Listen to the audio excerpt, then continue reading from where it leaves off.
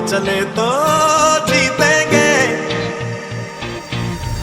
जीतेंगे सारे दावे सारे वादे जीतेंगे, जीतेंगे दिल के ये मजबूत इरादे जीतेंगे, जीतेंगे हर मंजर को हर मुश्किल को जीतेंगे, जीतेंगे सबकी नजरें सबके दिल को जीतेंगे, साथ चले तो जीतेंगे, हाथ में हाथ चले तो जीतेंगे, हम साथ चले तो जीतेंगे, हाथ में हाथ चले तो जीतेंगे,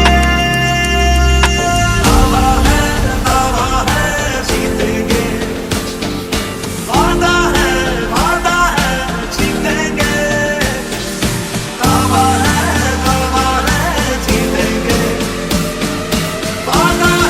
वादा है जीतेंगे।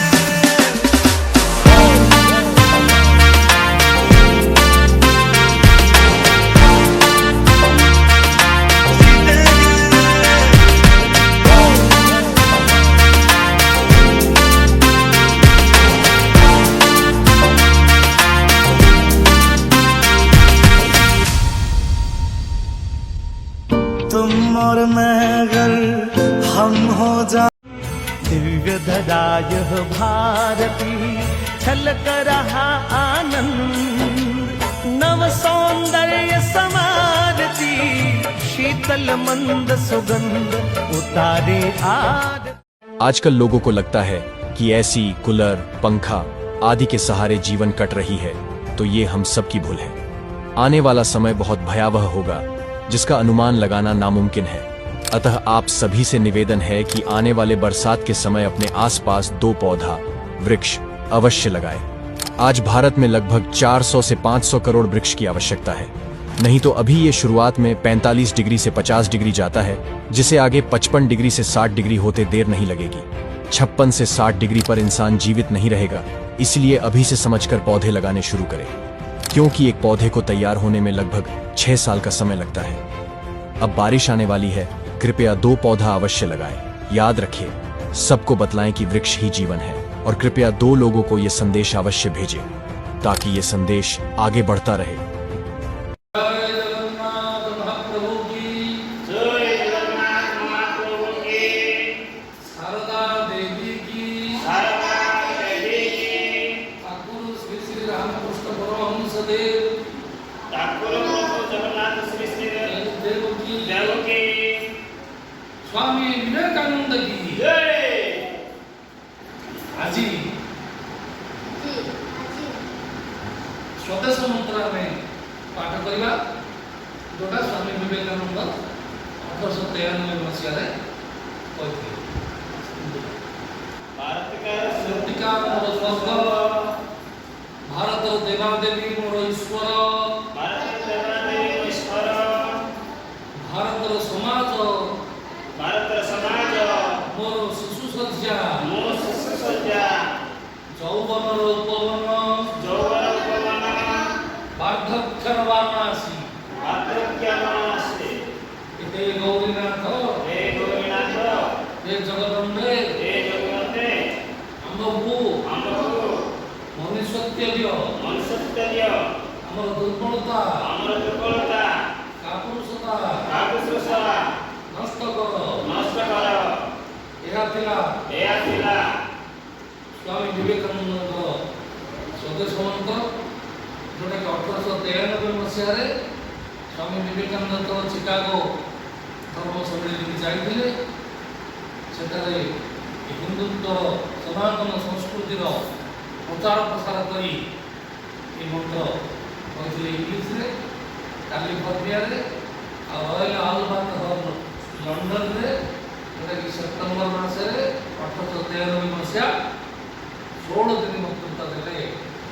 ତେଣୁ ଏଇଟା ଆମେ ସପ୍ତାହକୁ ପଠନ କରିବା।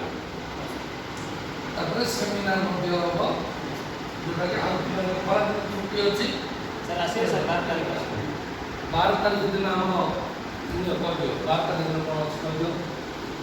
12 ତାରିଖ ଆମର ଆଉ जोटा कि बापा माँ पिला जाए बापा माँ सब पेरेंट्स आसवे अभिभावक आसवे जो दुर्नीति अन्याय अत्याचार जो चली आमर जो ये आदिवासी पिला जाकर जो रामकृष्ण आश्रम अच्छा जे जो मैंने जो दुर्नीति करुँचे अन्याय करते जोटा कि गंडगोल सृष्टि कर आमको जो पिला जाकर पाखे जो खाती करके आसटा बोलिक से दिन आमर मीटिंग हम निश्चित भाव से दिन शांति श्रृंखला मीटिंग हम समस्त आसवे बापा माँ भाई भौणी समस्ते जो छोट छोट कुनि कुनि झील पुओ जाकर जो अच्छा आम ये रामकृष्ण आश्रम झील तो ना पुओ जाकर अच्छा बर्तमान जहाँ लगे शांति श्रृंखला व्यवस्था करवा पाठ पढ़ा खावा पीवा भल मंद झर नार व्यवस्था आम चालू रखू आम अभिभावक आम चालू कराऊँ खावा पीवा भल बुझुना जोटा कि चाउल पैसा पत्र बहुत अभाव आम जो आम निजे करेन्ट बांधुचु निजे आम खावा पीवा दौचु पिला भल मंद आम बुझुचु चाउल न पीले आम डोनेसन करूँ पिला बापा माँ मासक मास 3,000 पैसा आउ 10 केजी 15 केजी चाउल आम बहन कर मासक मास आम मीटिंग करें पिला 65 पिला आम रखी बर्तमान ये आम जाए चालू कराऊँ आ चालू है अभिभावक आम चालू कराऊँ प्रथम अनुष्ठान लिंगराज लॉ कॉलेज जी अध्यक्ष थे सी अनुष्ठान आरंभ करते बालेश्वर डॉक्टर देवानंद दास थे राय बाबू थे पुराणा लोक जो सेंट जेवियर पंडा सार सभापति थे ये समस्ते वर्तमान ये विशृंखला दृष्टि ये जगह को आसुना मुझे गणमाध्यम जरिए कहवाक चाहूँगी जे समस्ते आसतु भागीरथी महाराणा को धन्यवाद ये बिल्डिंग स्लाब पकई स्टेट बैंक बैरागी जी की चीफ मैनेजर जूनियर हेड कलिकतार सी पे शोवाई खट सेज आलमारी सब देते आदिवासी हरिजन गिरिजन मानकर सेवा करने स्वामी विवेकानंद रामकृष्ण परमहंस कहते तेणु जो सहृदय व्यक्ति एठा को आसवा को चाहते समर्पण दान भावना रखी एठा को आसतु दान निक्षर भाव क्षेत्र कर्म स्वभाव कर्ण महाभारत महादानी कर्ण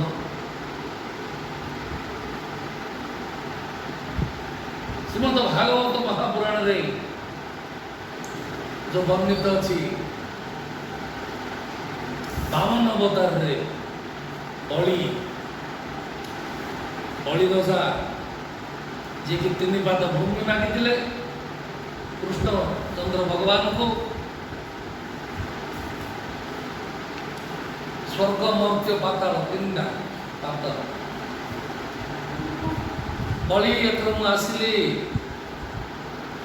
शुक्राचार्य करू सी कहले बलि भगवान कृष्ण तते मारिदेवे तते मारे तो आसुँच पूरे तू कथा शुणे ना कृष्ण कथा तते सब मागि मागि तते मारिदेवे किंतु बलि शुणलानी कहीं महादानी बलि प्रहल्लाद प्रभुरस्ति सर्वत्र में दर्शयो प्रहल्लाद जी कि से वंशर चंद्रवंश सूर्यवंश श्रीमद भागवत महापुराण में वर्णना होती आज आम ये कहबार तात्पर्य जे बलि तो बामन अवतार 10 अवतार पिलाने जान 10 अवतार फोटो मुझे मारि जगन्नाथ केमी 10टा अवतार होते आ पूरी जाइए रामकृष्ण परमहंस कि रही से कथा कहला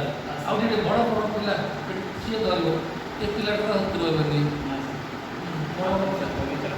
पवित्र धर କଥା ଭଳିଆ ଶୁଣିଲେ ତାଙ୍କର ଧରିବ। ତେଣୁ ଏ ଯେଉଁ ବଳିବାମନ ରୂପରେ ଆବିର୍ଭାବ ହେଲେ, ଆସିଲେ ବାମନ ରୂପରେ ବଳିରାଜା ଆଉ ଜାଣିପାରିଲେନି।